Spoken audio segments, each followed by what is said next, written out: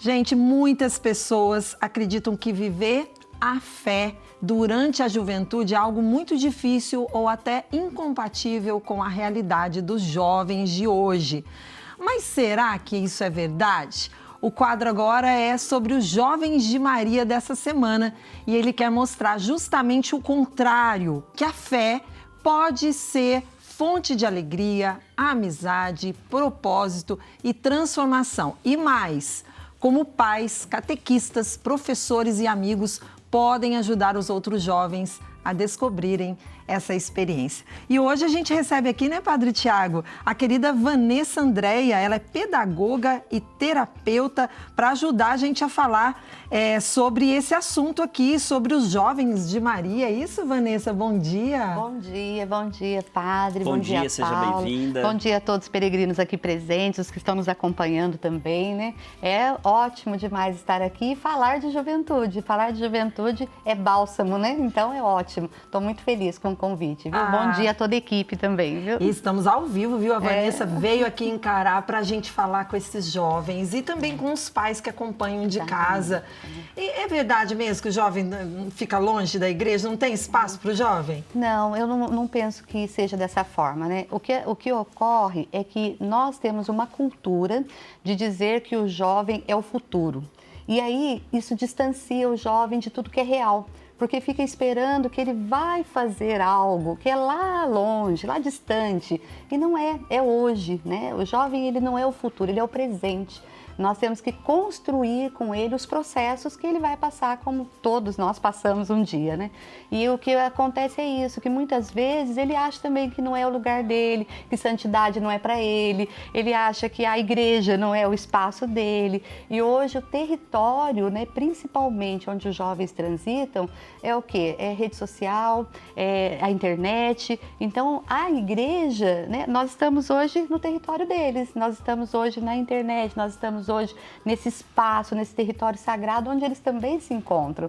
Então, eu acho que essa mudança mesmo de cultura, essa mudança de conceito mesmo, né? Nós precisamos, Dom Bosco dizia, né, que a santidade está na alegria, né? Então a santidade está aí junto com eles, ouvindo, do jeito que eles são.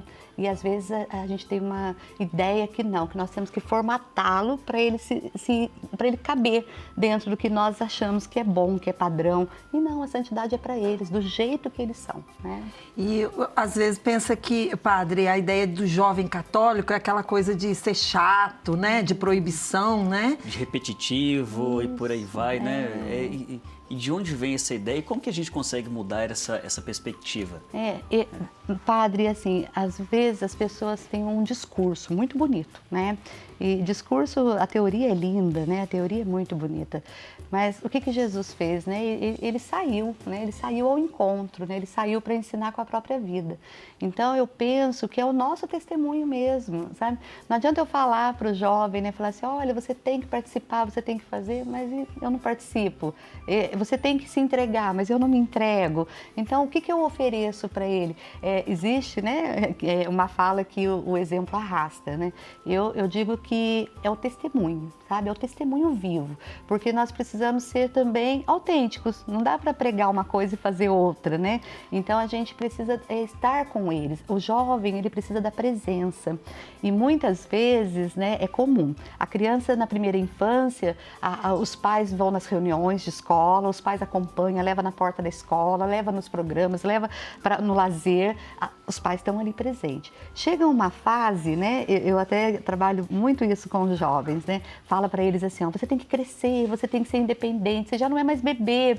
Aí, com 12 anos, já deixa ele solto, né, e aí ele fica perdido mesmo. Aí, ao mesmo tempo, tem algumas coisas que fala para ele, não, isso não é para sua idade, isso aqui não é para sua idade ainda. E não fala para ele o que é para sua idade, qual momento, qual etapa que ele está desse processo, né? Então, padre, como que nós mudamos isso? primeiro com a presença, né? A presença é importantíssima, seja qual for o personagem da história desse jovem. Pode ser os pais, pode ser o professor, o catequista, pode ser um amigo, né? Um amigo adulto, o que for, é presença. Se nós estivermos presentes, a gente não deixa ele sozinho para fazer as escolhas. E aí, esse conselho mesmo, sabe? Dom Bosco falava da conversa no pé do ouvido, né? Eu sou muito salesiana, então eu trago muito isso, né? É a conversa no pé do ouvido mesmo, sabe? De ouvir, né? De olhar nos olhos, né? Hoje as pessoas têm medo de olhar nos olhos dos jovens porque às vezes não sabem o que responder. Fala que os jovens sabem mais que a gente, né? E sabem mesmo, eles são inteligentíssimos, né? São capazes, né? Antenados, né? Eles dão aula pra gente. Disposição. O padre começou jovem, porque ele é jovem ainda, né? Ele pode falar. Sim, Mas eu comecei na igreja com meus 15 anos, participando assim, me sentindo, tendo espaço. Vocês têm esse espaço, né? Vai fazendo esse convite. Tem lugar para o jovem, tem muito serviço. Tem sim. Hoje, né? Acho que todas as congregações, todas as paróquias, eu acho que todo mundo está com esse olhar voltado. Sempre tem uma pastoral, né? Uma pastoral para o jovem. Eu participo, né, junto com o meu esposo, do movimento Ovisa, né, que é um movimento para casais, né, a orientação para vivência sacramental. E há 26 anos que nós estamos no Ovisa. O Ovisa tem o Jovisa, que é também um programa ali dentro do Ovisa para os jovens, né? Então, assim, por que essa preocupação, né? Porque nós precisamos estar presentes na vida deles e ensiná-los com o dia a dia, não é com o futuro, é com o hoje, né? Ensiná-los no dia a dia. E o protagonismo, né? O protagonismo juvenil não é aquela coisa assim, olha, tem que ser dessa forma, não é isso, né? É dizer para ele assim, como que você pensa o mundo? Né? O que você mudaria? Né? O que você mudaria nesse mundo? Qual é a sua percepção?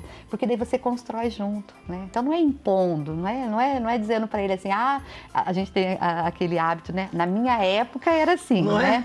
Com a minha mãe era assim, né? Na escola era assim. Era mesmo, parabéns, já foi, né? Já foi. Então agora como que a gente constrói, né? Exatamente. E é bonito isso quando você fala dessa construção conjunta, né? Não é uma coisa separada. Estamos também vivendo este tempo, né? Sim. E aprendendo, é bonito, né? Isso. É. Então o jovem, ele está aí, está conosco, não pode ser separado, tá? Tem que, claro, né? Nós temos que ser exemplo para eles. Esse exemplo de alegria, de esperança, acho bonito isso. O jovem que está vivendo a sua fé com alegria. E uma coisa que me chamou a atenção na sua fala é a criança ela é acompanhada. Chega um momento que parece que há um rompimento e não há mais esse acompanhamento, mas não, tem que ser acompanhado o tempo inteiro. Exatamente, padre, exatamente. E existe também, padre, uma inversão muito grande. Tem pais tomando o lugar de filhos, né? Então, por exemplo, eu sou terapeuta, eu atendo, né, casais, faço acompanhamento de casais e às vezes eu falo para eles assim, mas quem que decidiu isso? Não, é que o meu filho, a minha filha, não tem problema, em casa a gente faz muitas reuniões, eu tenho 2 filhos, um prestes a casar, uma casada há 11 anos e a gente faz muitas reuniões sim para tomar decisões todo sérias. Todo mundo tem voz, né? Sim, todo mundo, né? Olha, a gente está pensando em vender a casa, o que vocês pensam? Todo mundo senta e conversa, não tem problema isso, né? Agora o problema é quando eu tenho uma particularidade de casal, né, uma particularidade de mulher, e aí eu fico para minha filha assim, me ajuda, fala com seu pai, me ajuda, resolve isso, porque daí eu transfiro essa responsabilidade. E o que ocorre? Quando eu transfiro esse peso, eu tiro ele do lugar dele de jovem, de filho, eu tiro ele desse lugar especial que ele está em construção. Aí qual é a percepção que ele fica? É pesado, né? É ruim. Aí você fala assim, você quer casar? Não, não quero. Olha como é pesado, olha como é ruim o casamento, né? Olha, vai para a igreja. Não, olha como é ruim. A minha mãe vai obrigada, meu pai vai obrigado, né? E a gente até fala muito assim, né? Tem casais que o marido e a esposa parece mesmo que tá arrastando um porquinho, né? Vai arrastando assim para poder levar para... Não, tem que ser prazeroso, porque daí eles percebem o prazer. Jovem busca prazer. Ó, acredito que hoje é sexta-feira, muitos jovens podem estar acompanhando a gente agora. E eu queria dar uma dica também, eu queria sua dica valiosa mas eles podem procurar uma paróquia e procurar assim, qual é o espaço que eu tenho aqui, né? Que tem horário aí para um grupo, alguma pastoral, não é isso, Vanessa? Exatamente. Nós somos privilegiados aqui no Vale, né? Nós temos aqui a Casa da Mãe, nós somos privilegiados, temos outros, né, lugares também em municípios próximos, e todo município, se você procurar, nossa, tem missa, tem igreja aberta o dia todo, né? O dia todo. O que nós precisamos ajudá-los é encontrar o melhor amigo. E o melhor amigo está lá, né? Então, assim, às vezes ele está precisando desabafar, ele precisa de um conselho, busca o melhor amigo, né? Os outros amigos, talvez precise até que você tenha um grande amigo para apresentar. A gente quer agradecer a sua presença, Vanessa. Falou com a gente aqui, ela é pedagoga e terapeuta, Vanessa André, usando de pedagogia aqui com os jovens, colocando eles no espaço certo. Muito obrigada pela sua presença, viu? Eu que agradeço, estou feliz demais. Muito obrigado pela sua presença, e é isso, né? Vamos continuar animando os jovens.